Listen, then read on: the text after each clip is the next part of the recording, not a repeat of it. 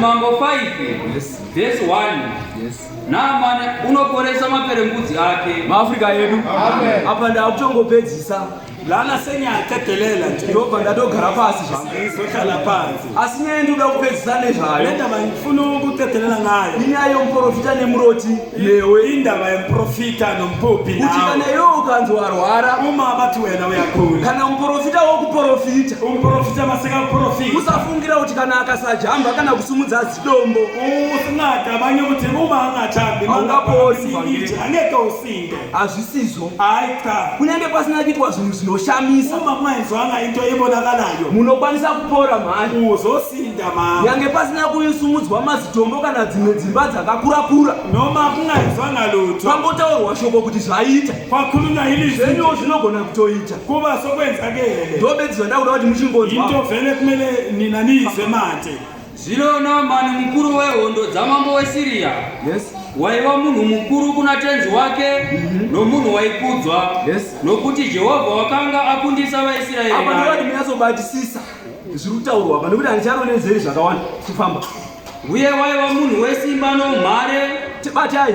Asi wakanga ndiri pamusoro mushana. Mundivegera kuti ngandida kuti ndibudise point yangu ndobvanagara pasi. Zvino Naamani mukuru wehondo dzamambo weSiriya. Naamani aive mukuru wehondo dzamambo weSiriya. Naamani nekuyu muntu omkhulu ngasephezulu kwempi ya nkosi yaseSiriya. Right, famba. Waiva munhu mukuru kuna tenzi wake. Aitovazve mukuru kuna tenzi wake. Nokumuntu omkhulu phezulu kwenkosi yakhe. Nomunhu waikudzwa. Ari munhu anokudzwazve. Nokumuntu ohloniphekayo. Famba. Nokuti Jehovha wakanga akundisa vaSiriya naye. 24 chachona. Nokuti Jehovha anga akundisa vaSiriya naye. Ngoba uJehova mekanqobisile abaSiriya naye. Chizwa panotewe. Famba. Uye waiva munhu wesimba noumhare. Uye atova munhu anga aine simba neumhare. Umuntu anamandla nokuhlanganipha. Asi wakanga ana maperembudzi. Mapanzwa vamesekagula. Mapanzwa panzi asi kodwa maAfrika yedu. Muvhangeri ane gamendi rake rekachena. Umvangeri une gamendi rake elihle. Bvudzi rake rakagurirwa zvakanaka. Ingcwele zakhe zikhathwe kahle. Ndebvuwo dziripo. Hayi lentshebe zikhona. Bhatanisi akarova. Le bhathani lifakiwe. Asi kodwa kana pangonzi asi zvokuchena kwegamendi renyu vhangeri hazvisina basa. Uma sokuthiwa kodwa hayi konke lokho okumhlophe akusendayo. Kukura kwemuzambiringa wenyu mhayi hatisinei nazvo. Indaba yokukhula tavakuda kunzwa pamberi pechikatyamadzo chanzi asi. Kodwa kuti panei pamberi paasi. Pamberi pakodwa. Afrika yedu. Amen. Asi kodwa asi wakanga ana maperembudzi. Ngotorwara. So yakuna. Muvhangeri ane gamendi rakanaka. Ane vana vake 7. Une gamendi elihle. Ane mabhasi nemota dzakawanda. Une mabhasi nemoto eziningi. Asi une chirwere chine zita chambotaurwa kodwa une mota dzako iwe hadzisina basa. kusho kuti imoto dzavakutangira paasi. Sesikalela kukodwa. Famba. Hamba. Zvino vaSiriya vakanga vandorwa vakaita mapoka. Vakadzoka kumusikana muduku wavakanga vatapa panyika yaIsraeri. Iye wakanga achibatira mukadzi waNaamani. Akati kuna vatenzi vake, dai ishe wangu aiva kumuprofita uri paSamariya. Angadai akaporesa maperembudzi ake. Nemari dzako muparidzi.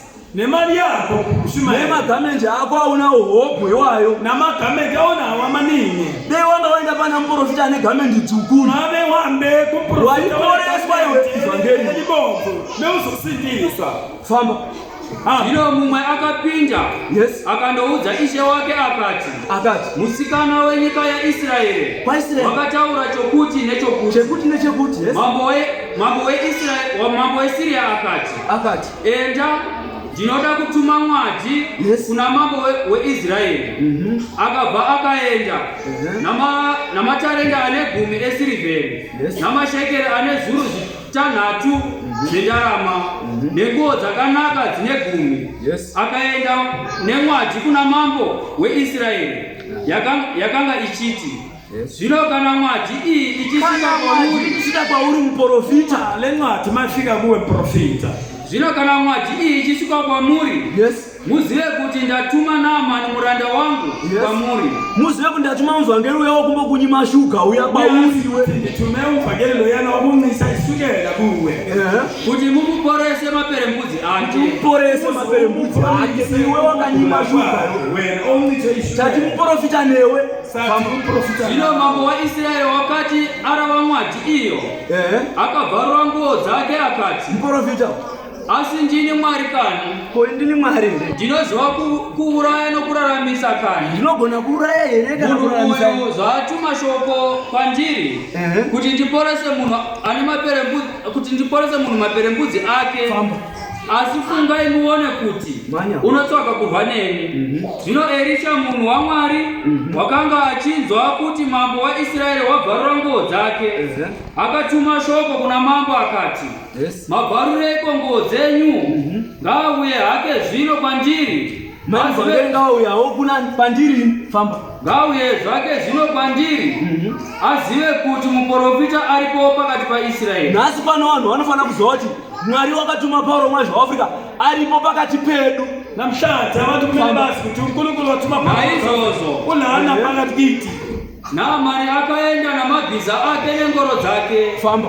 Akandomira pamukova weimba yaErisha. Famba. Erisha akatuma nhume kwaari akati, famba, enda undoshamba kanomwe muJorodhani, nyama yako idzokerezve kwauri, uve wakanaka. MaAfrica yedu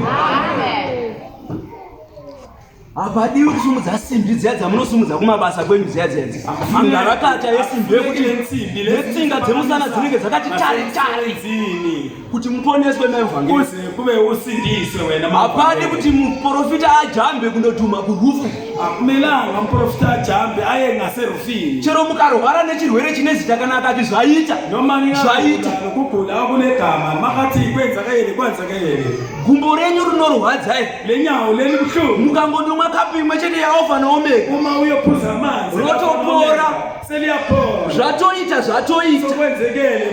Musatarisira kuti mchanzi ndai munomwa mvura iri muna Karibhadhemu yose kuti muone kuti aita zvinhu zvinoshamisa. Ngoba kwenze into chidiki kuti muponeswe ngani kuti wena usindise. Hazvidi simba rakawandisa, akufuneki amandla, hazvidi simba shomasa. Akufuneki amandla. Ndosaka zvakazonzi ndinoziva kuti haupisi kana kutonhora. Kuti wena nyazi kuti haushisi noma uya. Ndosaka muchiona chechi yaApostolic Africa inja kunge isiri yechokwadi. Wenza ungati ingati Apostolic Africa. Ungati ndeyechokwadi. Ungati yeqiniso. Ungati ine zvichokwadi mukati, ungati ine zvinhema.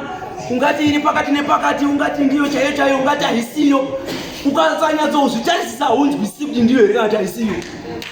Nekuti chechi yacho haipisi kana kutonhora. Ngoba ibandla lakhona halishisi noma ukubanda. Usazombofunga kuti bhishop Mpani paanozoti pulpit irapeyo ngaibvapo iuye apa kuti mugozoona kuti tinaro simba rachona. Ungacabangi ukuthi ubishop uzoti pulpit leyana maisuke napha ize ngapha. Asitinaro. Ngoba lamandla lawo sinawo. Muzita raJesu wakatuma Pauro mwaZvaAfrica. Ngegama lakaJesu wathuma Pauro mwaZvaAfrica. Ngishakomberuswa kwenda mari.